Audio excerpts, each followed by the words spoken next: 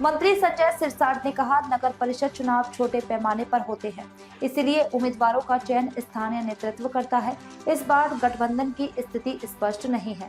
जो दल साथ थे वे अब अलग अलग चुनाव लड़ रहे हैं। कई लोगों का मानना है कि नतीजे भविष्य के राजनीतिक समीकरण बदल सकते हैं।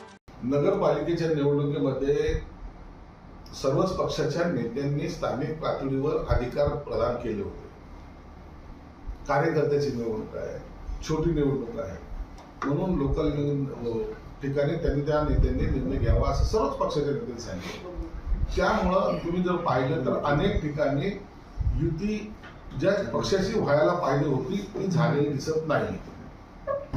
कोणी कोणत्या दुसऱ्या पक्षाशी करतंय, कोणी अपक्ष म्हणजे स्वतंत्र लढवतंय, असे सगळे प्रकार झाल्यामुळे याचा परिणाम येणाऱ्या निवडणुकीवर होईल असं काही लोकांचा अंदाज आहे। परंतु याची दखल या निवडणुकीच्या निकालानंतर जर पक्षाच्या नेत्यांनी वरिष्ठ नेत्यांनी घेतली नाही तर मला वाटतं हा बदल कायम राहील। नाही, योजना ज्या सुरू केलेल्या आहेत त्या महिलाला सक्षमीकरण करण्यासाठी केलेल्या आहेत। महाराष्ट्रात नाही तर देशभरामध्ये महिलांचं स्थान जे दुय्यम समजल्या जायचं त्यांना त्यांच्या पायावर उभं करण्यासाठी हा प्रयोग ज्याला म्हणता येईल तो या अनेक राज्यांनी केलेला आहे, त्यात ते यशस्वी झालेले आहे। निश्चित त्याच्यामुळं तिजोरीवर ताण पडतोय, तिजोरीमध्ये थोडा खडखडाट दिसतोय, परंतु ही गॅप भरून काढण्याचं काम त्या राज्य सरकारने केलं पाहिजे आणि ते त्या पद्धतीने करत आहे। हे ते काय प्रोसेसमध्ये होते का यांना कोणी विचारत होतं?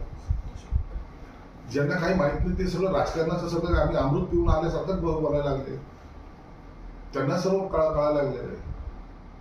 त्याच्यामध्ये करते धरते म्हणजे आम्ही आहोत ना, मी होतो ना, आम्हाला माहिती आहे ना। परंतु असे बचकाने विधानं करून विद्वानासारखं पुन्हा एकदा आपल्या महायुतीमध्ये मिठाचा खडा टाकण्याचं काम काही लोक करतायत आणि त्याची दखल वरिष्ठ नेते घेत आहेत। ते ऑलरेडी असे बातम्या सगळे हे वरिष्ठ लोक दखल घेत असतात, नेते लोक याची दखल घेतात। ज्यांना तर काय समज दिला असेल तर त्यांना आणि त्यांच्या दोघातच झालेला तो संवाद आहे।